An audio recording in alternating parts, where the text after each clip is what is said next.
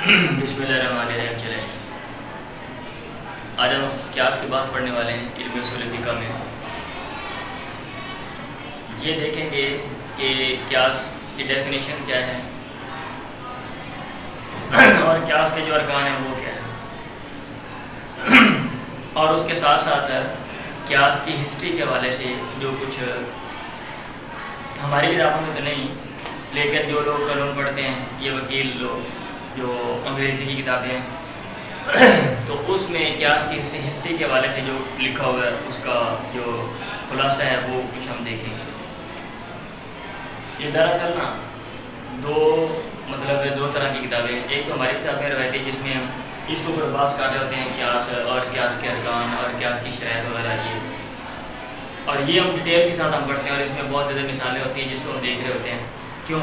کیونکہ ائمہ کے جو فتاوی جات ہیں یا فقہا کے جو استنباطات ہیں، اجتہادات ہیں، ان کو دیکھنے کے لیے یہ قیاس کی مدد سے انہوں نے یہ باتیں کی ہیں، فلاں کا تعلق قیاس کے ساتھ ہے، فلاں کا تعلق فلاں چیز کے ساتھ ہے، ہم نے وہ سمجھنی ہوتی ہے ڈیٹیل کے ساتھ، تو یہ ہم چیزیں ڈیٹیل کے ساتھ پڑھ رہے ہوتے ہیں۔ اچھا، جو دوسرے لوگ ہیں جو قانون پڑھتے ہیں، ابھی وہ یہ چیزیں ویسے نہیں پڑھتے ہیں۔ اب آپ دیکھیں گے بڑی بڑی کتابیں ہیں جناب، اس میں جو ہے نا جسٹ ڈیفینیشن ہے، چند اقسام ہے یا کچھ موٹا سا تعارف ہے اور جو ہے نا ایک دو چار مثالیں دے دی ہیں بس، اور تفسیر کے ساتھ نہیں ہوتی۔ اس میں وہ کیا کر رہے ہوتے ہیں، وہ چیز کی اسٹڈی کر رہے ہوتے ہیں، لیکن وہ اور انداز اور جو ہے نا کیا کہتے ہیں ایک نئے طریقے سے اس کو دیکھ رہے ہوتے ہیں کہ بھئی یہ قیاس کا وجود میں آیا، اس نے کیسے نشو و نما پائی، اس کی ڈیولپمنٹ کیسے ہوئی، کن ادوار میں ہوئی، کن لوگوں نے اس کے اوپر کام کیا، یہ وہ چیزیں دیکھ رہے ہوتے ہیں۔ تو میں نے سوچا چلیں لاسٹ ٹائم تو میں نے قیاس کا پڑھایا تھا، بلکہ پڑھاتے ہی رہتا ہوں میں، تو کوشش کرتا ہوں میں نئی چیزیں جو ہے نا وہ ایڈ کر دوں۔ اب جو لاسٹ ٹائم میں نے قیاس تھا وہ صرف فوکس تھا ہمارا کتاب کے اوپر۔ اب کوشش کریں گے جو آگے ہم نے قیاس کی بات پڑھنی ہے، ہم نے باتیں ساری پڑھنی ہے علم اصول فقہ میں، تو اس میں کوشش کروں گا کہ اپنی جو کتاب ہے اس کو بھی اور اس کے علاوہ اور کتابیں بھی دیکھ کر جو مفید باتیں ہیں، اگر کوئی ہماری کتابوں میں جو مدرسوں میں پڑھائی جاتی ہیں یا عربی پڑھنے والے جو عربی اسلام میں پڑھنے والے جو لوگ پڑھتے ہیں، ان میں جو مفید باتیں وہ بھی ایڈ کر دوں، اور قانون کی کتابوں میں جو لکھا ہوا ہے تو اس میں جو کوئی مفید بات ہو، تاکہ کل کو جب آپ جائیں، آپ نے کسی چیز کی اسٹڈی کرنی ہے، آپ کے پاس ڈائیورسٹی ہو، تنوع ہو، بہت سی کتابیں ہوں، آپ یہ کتابیں بھی دیکھ سکیں جو عربی میں، آپ اردو والی بھی دیکھ سکیں، اور آپ جو انگریزی کی کتابیں وہ بھی دیکھ سکیں، کیونکہ آپ ماشاءاللہ وہ لوگ ہو، آپ عربی بھی پڑھتے ہو، انگریزی بھی پڑھتے ہو، اس لیے میں سب چیزیں بتا دیں تاکہ آپ کا سائن آپشن ہو۔ ٹھیک، قیاس کہتے ہیں لفظی معنی ہے تقدیر شیء بشیء آخر، ایک چیز کا اندازہ لگانا دوسری چیز کے ذریعے، یہ چیک کرنا ادھر کہ ایک بھی چیز ہے وہ دوسری چیز کے مقابلے میں اس کی کیا حیثیت ہے، چھوٹی ہے، بڑی ہے، برابر ہے، کوئی ڈیفرنس ہے یا کہ نہیں ہے، سملرٹی ہے یا کہ نہیں ہے، دونوں چیزیں سیم ٹو سیم ہیں یا دونوں چیزیں ان میں فرق ہے، یہ دیکھنا، اس کو کہتے ہیں قیاس۔ تقدیر شیء بشیء آخر، یہ لفظی معنی ہے، اور اسی سے جملہ استعمال ہوگا قس الارض بالمتر، میٹر کے ذریعے میں نے زمین کی پیمائش کی ہے، ہوتا ہے زمین کی پیمائش کرتے ہیں ہم، مختلف طریقے ہوتے ہیں، وہ کہتا ہے میں نے میٹر کے ذریعے زمین کی پیمائش کی، پیمائش کا معنی اس میں۔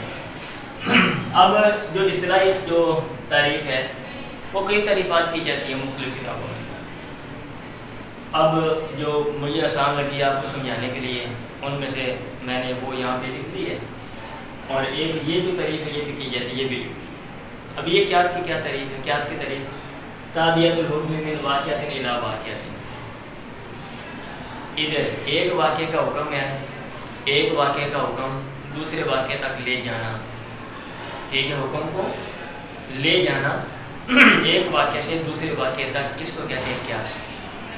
ایک واقعہ پیش آیا اور اس کا جو حکم ہے وہ بتا دیا گیا، اب ایک دوسرا واقعہ پیش آتا ہے، آپ یہ حکم اس کے اوپر لگاتے ہو، یہ قیاس ہے۔ اب یہ کیونکہ یہ جو ڈیفینیشن ہے یہ مختصر ہے، انتہائی اس میں اختصار ہے اور جامعیت بھی نہیں ہے، جامعیت بھی نہیں۔ جامعیت کا مطلب یہ ہوتا ہے کہ آپ کم از کم اتنے کلمات استعمال کریں کہ جو آپ جس چیز کو ڈیفائن کر رہے ہیں، جو ڈیفینیشن ہے اس کی جو بیسک ساری چیزیں اس کے اندر آ جائیں اور وہ اپنے تمام افراد کو گھیر لیں، جتنے مطلب آپ افراد جو بتانا چاہتے ہو، اور جو باہر کے افراد ہیں وہ اس کے اندر انٹر نہ ہو سکے۔ اب اس لیے پھر یہ والی جو طریقہ میں نے یہاں پہ ایڈ کر دی، کیا وہ ہے تصفیہ تو واقعات غیر منصوصۃ بواقعات منصوصۃ فی الحکم المنصوص علیہ لتصاویہما فی علت الحکم۔ ایسا واقعہ غیر منصوصۃ جس کے بارے میں نص نہیں ہے، جس کے بارے میں قرآن و حدیث میں صراحت نہیں ہے، اس واقعہ کو تصفیہ برابر کرنا بواقعات منصوصۃ ایسے واقعے کے ساتھ جس کے بارے میں نص ہے، صراحت ہے۔ قرآن مجید میں آ گئے، قرآن مجید میں بات آ گئی ہے، واقعہ آ گیا، ٹھیک ہے، اس کے برابر کرنا پھر حکم اس حکم میں المنصوص علیہ جس کے اوپر نص ہے، جس کی وضاحت کر دی گئی ہے۔ اب قرآن مجید میں ایک بات ہے، ایک واقعہ ہے اور اس کا حکم بھی واضح طور پہ بیان ہے، ٹھیک ہے، ایک دوسرے واقعے کو جس کی وضاحت نہیں ہے قرآن و حدیث میں، اس کو اس کے برابر قرار دینا اور اس کو اس کے ساتھ ملانا، ٹھیک ہے، اس کو کہتے ہیں قیاس۔ اس کو کیا کہتے ہیں؟ قیاس۔ جیسے اوپر تھا نا اندازہ لگانا ایک چیز کا دوسری چیز کے ذریعے، جیسے میں کہوں بھائی یہ چھوٹی ہے کہ بڑی ہے، اب آپ کہیں کس لحاظ سے بتائیں، آپ کوئی پیمانہ بتائیں اس کے مقابلے میں کچھ چیزیں رکھیں، پھر پتہ چلے گا کہ آیا یہ چھوٹی ہے یا بڑی ہے، کیونکہ چھوٹی بڑی یہ نسبتی چیزیں ہیں۔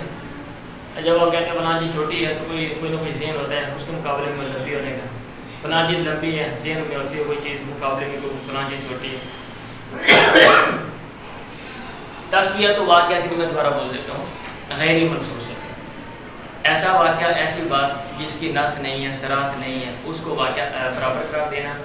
پھر واقعات منصوصۃ ایسے واقعے کے ساتھ، ایسی بات کے ساتھ جس کے بارے میں نص ہے، فی الحکم اس حکم کے بارے میں المنصوص علیہ جس کے اوپر نص آ گئی ہے، جس کی صراحت ہے۔ کیوں بھائی آپ ایک چیز کو دوسری چیز کے ساتھ کیوں ملا رہے ہیں؟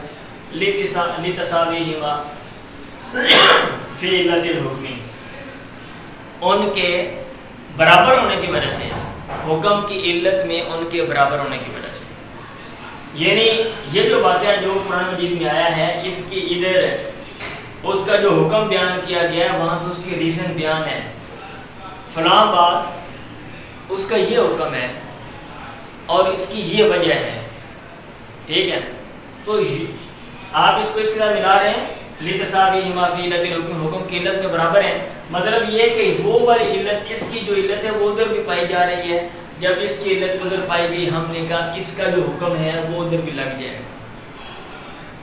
ایک مسئلہ پیش آتا ہے اور اس کے بارے میں قرآن میں ہدایت آ جاتی ہے اور اس کی ریزن بھی بیان کر دی جاتی ہے، اب وہی ریزن ایک دوسرے مسئلے میں نظر آتی ہے، اب آپ اس کا جو حکم ہے وہ آپ اس کے اوپر لگا دیتے ہو، اس کو کہتے ہیں قیاس۔ سمپل لفظوں میں بات سمجھ آ گئی ہے؟ نہیں سمجھ آئی؟ آ گئی ہے نا؟ ٹھیک ہے۔ اب میں نے یہ نیچے لائنیں لگائی ہیں یہ بتانے کے لیے کہ اگر آپ ڈیفینیشن دیکھتے ہیں تو اس میں چار چیزیں سمجھ آتی ہیں آپ کو۔ ایک وہ واقعہ ادھر اوپر دیکھیں غیر منصوصہ جس کے بارے میں نص نہیں ہے، ایک وہ واقعہ منصوصہ جو نص ہے، اور ایک حکم ہے جو قرآن مجید میں جو بات بیان کی گئی، ٹھیک ہے، اس کا حکم لگا دیا گیا واقعے کا حکم، اور ایک علت ہے۔ کتنی چیزیں ہو گئی؟ چار۔ واقعہ منصوصہ، واقعہ غیر منصوصہ، منصوصہ کے ساتھ آپ نے غیر منصوصہ کو ملایا، حکم میں کیوں ملایا؟ علت کی وجہ سے۔ کتنی چیزیں ہو گئی؟ چار۔ تو ارکان قیاس کیا ہیں؟ کتنے ہیں؟ چار۔ ویسے جامع انداز میں نے یہ مسئلہ آپ کو اصول فقہ نکلوائی ہے، آگے سے آپ نے وہ چیزیں جو آپ نے لکھی تھی اس کو دیکھ لینا ہے۔ کوشش کروں گا جو لوگ یہاں پہ نہیں تھے چہرے جنہوں نے نہیں پڑھا ان کے لیے میں چیزوں کو دوبارہ ریوائز کر دوں، ٹھیک ہے، اور اس میں اور چیزیں بھی ہم ایڈ کر لیں گے، اور آپ جو کلاس میں نہیں ہیں وہ چیزیں ویڈیو بعد دیکھ لیں۔ یہ میں کر سکتا ہوں۔ ارکان کیا؟ اس میں چار ہیں۔ الاصل المقیس علیہ، اصل کا حکم، اصل کا دوسرا نام المقیس علیہ ہے جس پر قیاس کیا جا رہا ہے، یہ والا اصل ہے، یہ والا اصل ہے، ٹھیک ہے، اصل کا حکم یہ والا، المقیس جس چیز کو قیاس کیا جا رہا ہے یہ والا، آپ نے جس کو قیاس کیا، اور العلت علت، کتنے ہو گئے؟ اصل کا حکم اور فرع، کیا اس کا دوسرا نام فرع بھی ہے، اس کا دوسرا نام فرع بھی ہے، اصل فرع، اصل کا حکم، فرع اور علت، یہ مقیس علیہ کا حکم اور مقیس اور علت، یاد رہے گا۔ اب مزید کلیئر کرنے کے لیے ادھر مثالیں دیکھ لیں۔ اب یہاں پہ دیکھیں شراب پینا، یہ ایک عمل ہے، یہ ایک واقعہ ہے، یہ ایک بات ہے، اس کا جو حکم قرآن مجید میں بیان ہے وہ حرام ہے۔ شراب کا جو حکم ہے اس کے اوپر نص آ گئی ہے، آپ جس قرآن مجید کا نام نہ لیں، آپ کہیں اس کے اوپر نص آ گئی ہے اور وہ یہ کہ یہ حرام ہے، ٹھیک ہے، قرآن میں بھی آتا ہے، حدیث میں بھی آتا ہے۔ ایک دوسری چیز ہے کھجور کا نبیذ، آپ نے کھجوریں بھگو کے رکھیں اور وہ کیا ہوا کچھ دنوں کے بعد یا کچھ وقت کے بعد، یعنی مخصوص ٹائم پیریڈ ہوتا ہے، اس کے اندر اگر آپ میٹھا پانی کھجور کا بنا کے پئیں تو وہ ٹھیک ہے اور اس میں نشہ نہیں ہوتا، ادروائز کچھ وقت کے بعد وہ جھاگ پیدا ہو جاتی ہے، نشہ ہو جاتا ہے، اس میں نشہ آ جاتا ہے۔ اب یہ جو کھجور کا یہ جو نبیذ ہے، آپ نے اس کا جو حکم ہے اس کے اوپر بھی لگا دیا، آپ نے کہا یہ بھی حرام ہے، کیوں؟ الاسکار، نشے کی وجہ سے، ٹھیک ہے، کیونکہ یہ آپ پئیں گے تو آپ مدہوش ہو جائیں گے، آپ مدہوش ہو جائیں گے۔ اب یہ دیکھیں یہ کیا ہے؟ اصل ہے، یہ اس کے مطابق میں نے مثالیں لکھی ہوئی ہیں، اور یہ کیا ہے؟ اصل کا حکم ہے التحریم، اور یہ فرع ہے، آپ نے جس کو بعد میں اس کے ساتھ ملایا، اور یہ علت ہے، ریزن جو دونوں میں پائی جا رہی ہے، لتشابہہما فی علت۔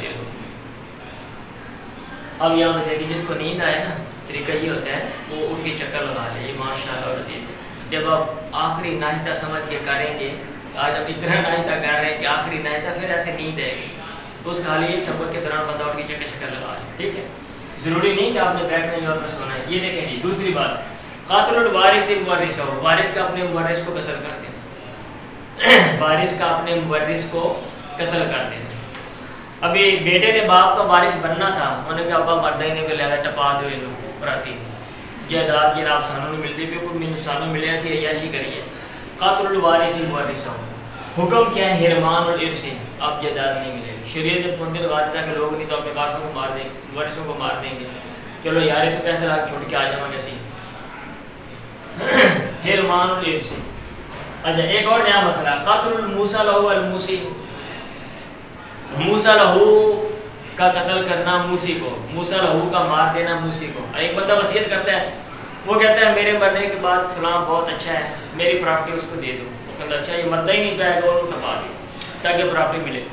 اب اس کو بھی اس کے ساتھ ملا دیا، اب اس کو جائیداد نہیں ملے گی، جائیداد نہیں ملے گی، کیوں؟ ایک ریزن یہ ہے، استعجال الشیء قبل اوانہ، چیز کو جلدی لینا اس کے ٹائم پیریڈ وقت سے پہلے۔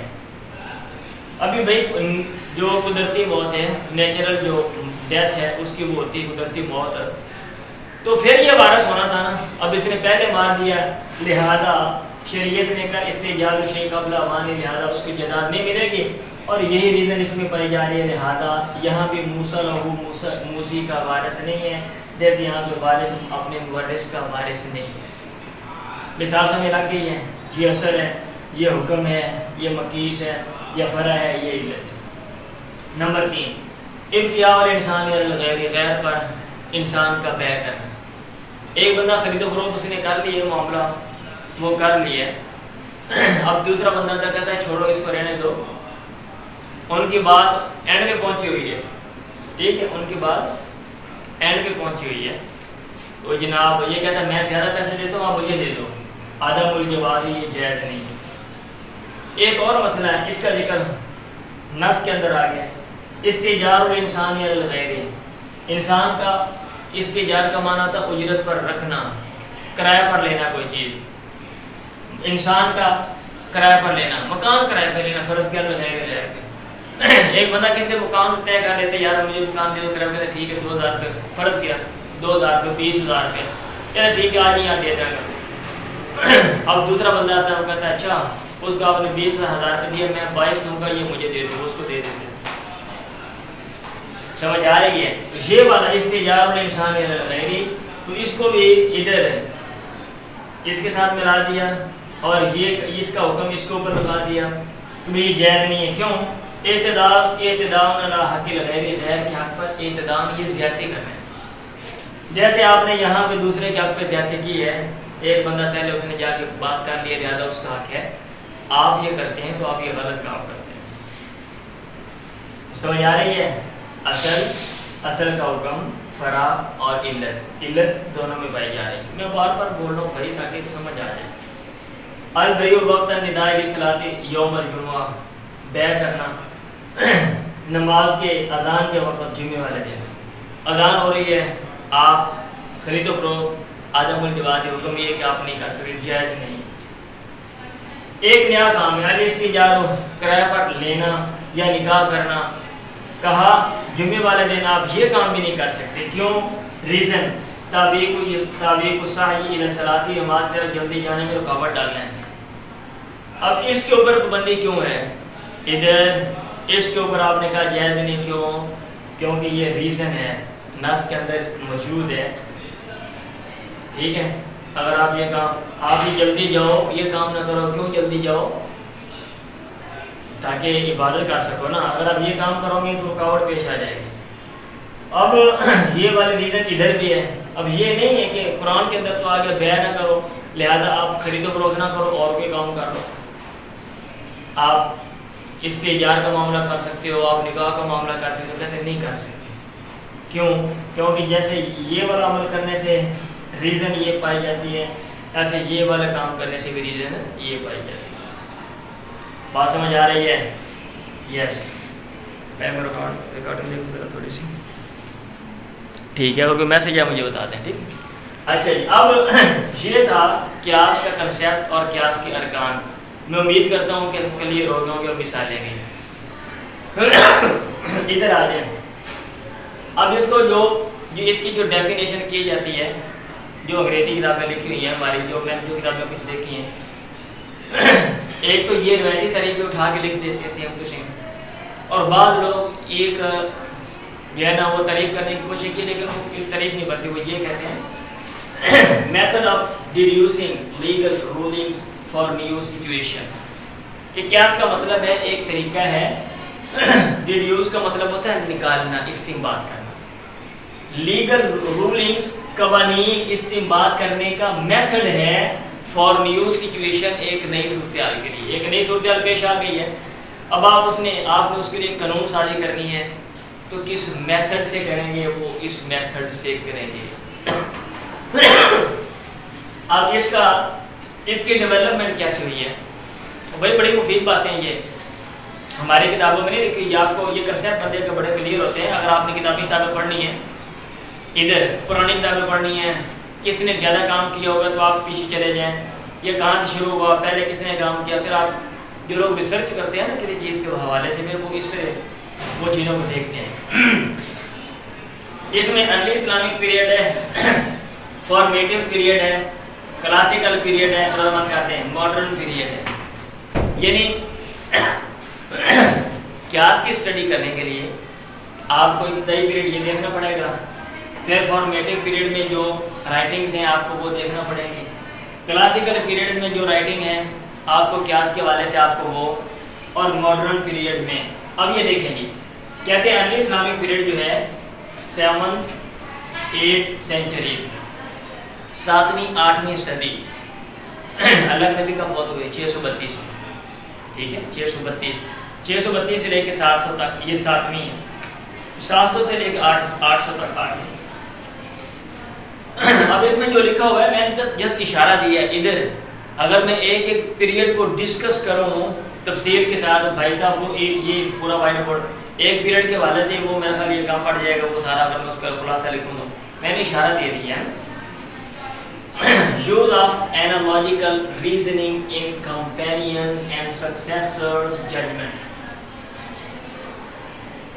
اینالوجیکل ریزننگ کا مطلب ہوتا ہے قیاس. قیاس کا استعمال ہے اصحاب رسول کمپینین سکسیسر تابعین. اصحاب رسول اور تابعین کے ججمنٹس فیصلوں میں اینالوجیکل ریزننگ قیاس کا استعمال ملتا ہے ابتدائی ادوار میں.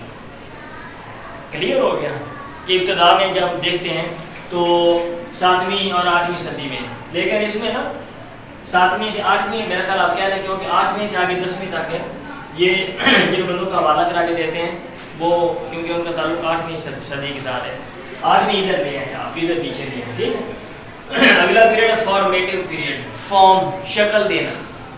یہ تھا کہ جسٹ آپ چیزوں کو کر رہے ہو لیکن اس کی کوئی فارم نہیں ہے, کوئی شکل نہیں ہے.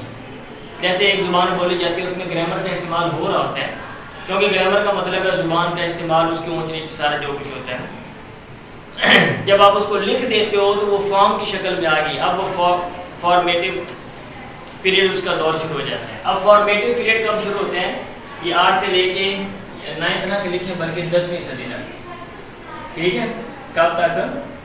10ویں 8th 10th سینچری. اس میں جو مین لوگ ہیں ان میں Abu Hanifa is credited with formalising its use. امام ابو حنیفہ کب پیدا ہوتے ہیں؟ 699 میں, اور کب فوت ہوتے ہیں؟ 767 میں, 767 میں. یہ آپ نہیں یاد کریں.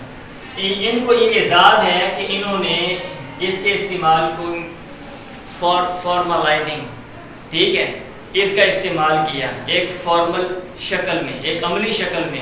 یہ ان کو کریڈٹ جاتا ہے. اب ان کے بعد شافعی آ جاتے ہیں.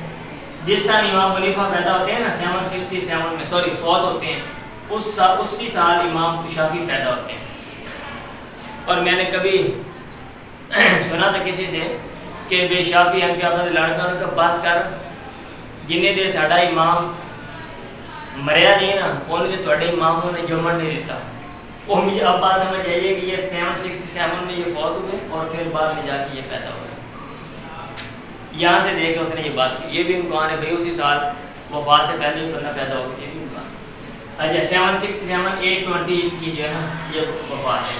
شافعی played crucial role in its systemizing. امام شافعی نے اس کو ایک سسٹم میں داخل کر دیا. سسٹم کا مطلب یہ ہوتا ہے کہ آپ کسی چیز کی تقسیم کر دیں اور اس کے فنکشن بتا دیں کہ آپ نے یہ کام کرنا ہے, ٹھیک ہے, اس کی یہ تقسیم ہے ساری. تو امام شافعی نے ایک رسالہ لکھا, اس کے اوپر کتاب لکھی اور اس میں سارا اس حوالے سے قیاس کے حوالے سے جو بیسک چیزیں وہ لکھی. تو یہ امام شافعی اور امام ابو حنیفہ رحمہ اللہ. امام ابو حنیفہ رحمہ اللہ نے مطلب جو مثالیں دی, یہ جو چیزیں نکالی, زیادہ تر اس کا ان کا انحصار اس کے اوپر تھا. اور امام شافعی نے جو ہے نا وہ ساری چیزیں کتاب کے اندر لکھ دی. تو اس لیے قیاس اس پیریڈ میں آ کے پھر اس شکل میں آ گیا. پہلے تھا جس فیصلوں میں, پھر آگے امام حنیفہ نے زیادہ انحصار کیا اس کے اوپر. امام شافعی نے اس کو سسٹمائز کیا, اس کے جو ہے نا وہ تقسیم اور اس کے جو کیا کہتے ہیں مبادیات جو بھی سارا کوئی وہ بھی مینشن کر, ٹھیک ہے. Other jurists develop their own approaches, less reliant on it. جو دوسرے ماہر اصول فقہ ہیں انہوں نے اپنے جو طور طریقے ہیں وہ ڈیولپ کیے ہیں, لیکن ان کا انحصار قیاس کے اوپر کم تھا. آپ پڑھیں گے ہماری کتابوں میں بھی اس کے مل جاتا ہے کہ بھئی ائمہ میں سے کس نے زیادہ انحصار کیا قیاس کے اوپر اور کس نے قیاس کے اوپر کم انحصار کیا. ٹھیک. Number 3 classical period. یہ آتا ہے 10th اور 15th century, 10th to 15th century, 10ویں صدی سے لے کے 15ویں صدی تک. ادھر یہ دیکھیں جی, اس میں جو مین کام کیا جنہوں نے وہ یہ ہیں, ایک الغزالی ہیں اور ایک ابن تیمیہ ہیں. الغزالی یہ 1058 میں پیدا ہوتے ہیں اور 1111 میں یہ فوت ہوتے ہیں, اور ابن تیمیہ 1 صدی کے بعد آتے ہیں. ٹھیک ہے.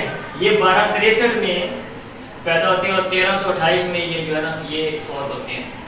الغزالی اینڈ ابن تیمیہ ریفائنڈ اٹس پرنسپل. انہوں نے اس کے جو اصول تھے ان کو ان کی کاٹ چھانٹ کے ان کو ریفائن کیا. ان کو جو چیزیں اور چیزیں ایڈ ہوگی تو ان کو باہر نکالتے ہیں. ریفائن کا معنی کیا ہوتا ہے؟ ریفائنری جو ملاوٹ ہوتی ہے اس کو باہر نکالتے ہیں. ہوتا ہے نا بس اوقات ایک بحث ہم کرتے ہیں یا کوئی بحث ہم لکھتے ہیں یا آپ کوئی سوال کا جواب لکھتے ہو تو اس کے اندر کیا کرتے ہو ایسے جناب متعلقہ بات بھی ہوتی ہے اس کو گھسیٹ دیتے ہو. اور عموماً جو رائٹر ہوتے ہیں وہ کس طرح کے ہوتے ہیں, آپ کتابیں عموماً پڑھیں گے اس میں دیکھیں گے حالانکہ وہ جو بات ہوتی ہے وہ 1 صفحے کی ہوتی ہے, وہ 10 صفحے جناب ایسے لکھے ہوتے ہیں خواہ بات کو لمبا کرنے کے لیے, کتاب موٹی کرنے کے لیے تاکہ زیادہ مہنگی بکی جائے. انہوں نے وہ سارے ان کو ریفائن کیا. کیا کیا؟ ریفائن کیا. اب اس کا مطلب یہ ہے کہ اگر آپ نے قیاس کی بحث پڑھنی ہے, ٹھیک ہے, تو آپ غزالی کی کتابیں ابن تیمیہ میں جو لکھی ہوئی ہیں اور انہوں نے قیاس کے اوپر جو ترکیب کی ہے کہ بھئی یہ اس میں غلط ہے یا میتھڈ یہ ہونا چاہیے, اس کی آپ اسٹڈی کریں. اس طرح قیاس جو ہے نا وہ بھائی یہ پڑھنے سے پتہ چلتا ہے کوئی چیز کیسے ڈیولپ ہو رہی ہے اور اس میں کیسے کیسے تبدیلیاں آ رہی ہیں, لوگ کیسے کیسے کام کر رہے ہیں. ماڈرن پیریڈ درمیان والی مجھے ہسٹری ملی نہیں ہے کہ 15ویں صدی کے بعد سے لے کے آگے یہ آ جاتی ہے 19ویں صدی یعنی 1800 کے بعد, ٹھیک ہے, 19th century present. اور 19ویں صدی 1800 کے بعد 1900 اور آگے اگلی صدی جو ہے کیا کہتے ہیں 20ویں اور اس کے بعد آگے والا یہ جو تھوڑا سا عرصہ گزرا ہے. تو اچھا یہ جو ہے نا یہ جو میں نے یہ بات کی ہے اس میں آپ یہ لکھ لینا ہے other schools of thought consolidated their specific methodology. جو دوسرے اسکول آف تھاٹ ہے نا, ٹھیک ہے, اور بھائی سنی جو دوسرے اسکول آف تھاٹ تھے انہوں نے کیا کیا تھا اپنے مخصوص جو نا اپنا مخصوص طریقہ انہوں نے کنسولیڈیٹ مستحکم کرنا, انہوں نے بھی اپنا جو ہے نا وہ اس میں پختگی لے کر وہ آئے. ایک تو یہ تھا نا کہ غزالی اور ابن تیمیہ جو ان کا اسکول آف تھاٹ ہے, ٹھیک ہے, اور ان کے علاوہ جو اور تھے وہ لوگ انہوں نے بھی کام کیا, انہوں نے بھی اس میں بہتری لے کر آئے. یہ میں نے اشارہ دے دیا نا. ماڈرن پیریڈ یہ والا جو ہے اس میں یہ لکھا ہوا ہے کہ جو قیاس ہے ڈیفینڈڈ اینڈ کریٹیسائزڈ, اس کو بہت سے لوگوں نے ترکیب کی ہے کریٹیسائز, اور بہت سے لوگوں نے اس کو ڈیفینڈ کیا ہے, دفاع کیا ہے, ڈیفینس دفاع ڈیفینڈڈ, اس کا دفاع بھی کیا گیا اینڈ کریٹیسائز اور تنقید بھی کی گئی. اب اس میں reformist applied it with flexibility and traditionalists emphasized adherence to established methods.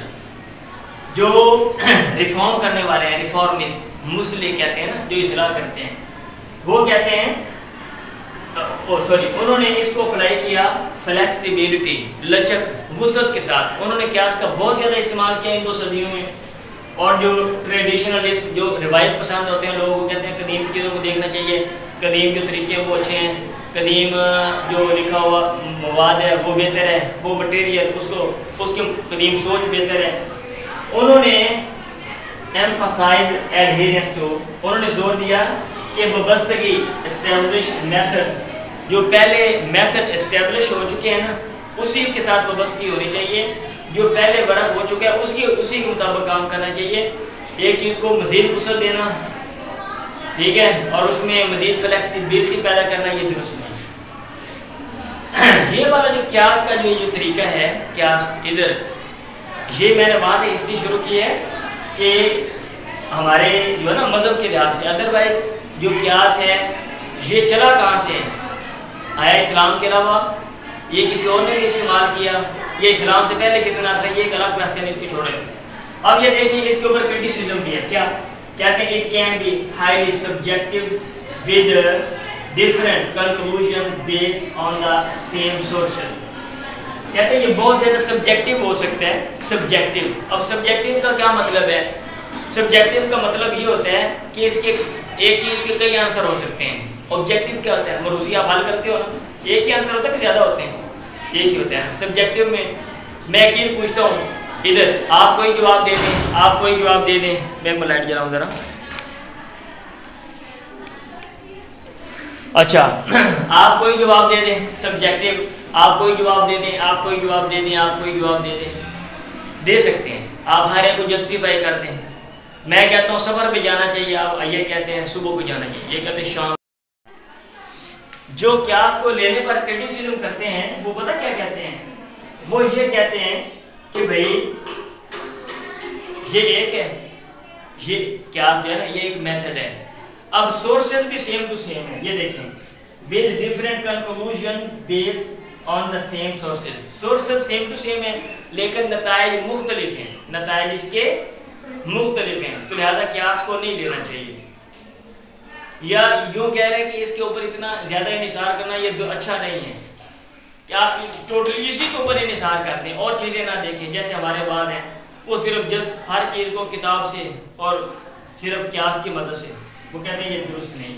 ایک بات دوسرا، it can be used to justify rulings deviating from the core principle of Islam۔ وہ کہتے ہیں یہ وہ چیز ہے آپ اس کو استعمال کر سکتے ہو، it can be used، اس کو استعمال کیا جا سکتا ہے دلیل پیش کرنے کے لیے رولنگز ان قوانین کی deviating from core principle، جو بنیادی اصول ہیں ان سے ہٹنے والے ہیں، تو یہ جو قیاس ہے اس کو استعمال کیا جا سکتا ہے، اس کا غلط استعمال کیا جا سکتا ہے، یہ اس کے اوپر تنقید ہے۔ آپ کوئی نہ کوئی غلط اصول بناتے ہو، قرآن حدیث میں واضح، آپ کے مسلک میں واضح ہدایت ہے، آپ اس کے برعکس چلے جاتے ہو، پھر آپ اس کو جسٹیفائی کرتے ہو قیاس کی مدد سے، تو آپ کر سکتے ہو، یہ اس کا نقص ہے، یہ اس کی خامی ہے، اور یہ اس کے اوپر تنقید کی گئی، کرٹیسزم۔ بات سمجھ آ رہی ہے؟ آج ہم نے کیا پڑھا؟ قصہ مختصر یہ ہے، ابھی ہم نے قیاس کی لغوی تعریف، تقدیر شیء بشیء آخر، اور اصطلاحی جو تعریف ہے ہم نے وہ پڑھی، اور اصطلاحی تعریف سے جو ہمیں سمجھ آئے ارکان قیاس کیا ہیں، 4 ہو، اور 4 ارکان قیاس ہیں، 4 ہی مثالیں، تاکہ وہ مزید کلیئر ہو جائیں، کیونکہ مثال سے چیز جو ہوتی ہے وہ کلیئر ہو جاتی ہے۔ پھر ہم نے یہ پڑھا کہ قیاس اسلام آنے کے بعد قیاس کی یہ جو سوچ ہے، یہ تھیوری ہے، یہ جو نظریہ ہے، یہ ڈیولپ کیسے ہوا۔ اسلام کے ابتدائی دور میں جو لوگ ہیں اساتذہ رسول تابعین، ان کے فتاوی جات میں اس کی شکل ملتی ہے، پھر آگے اس کو فارملائز اور سسٹمائز کیا گیا، امام حنیفہ اور امام شافعی جو ہے نا ان کا نام بھی اس میں آتا ہے۔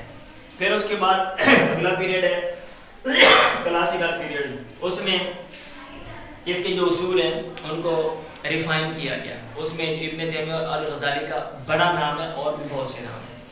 جدید دور میں 2 طرح کے لوگ ہیں، بہت سے لوگ ہیں وہ اس کا استعمال کرتے ہیں فلیکسیبلٹی وسعت کے ساتھ، اور بہت سے لوگ ہیں وہ کہتے ہیں کہ نہیں بھائی یہ اس میں وسعت نہیں ہونی چاہیے۔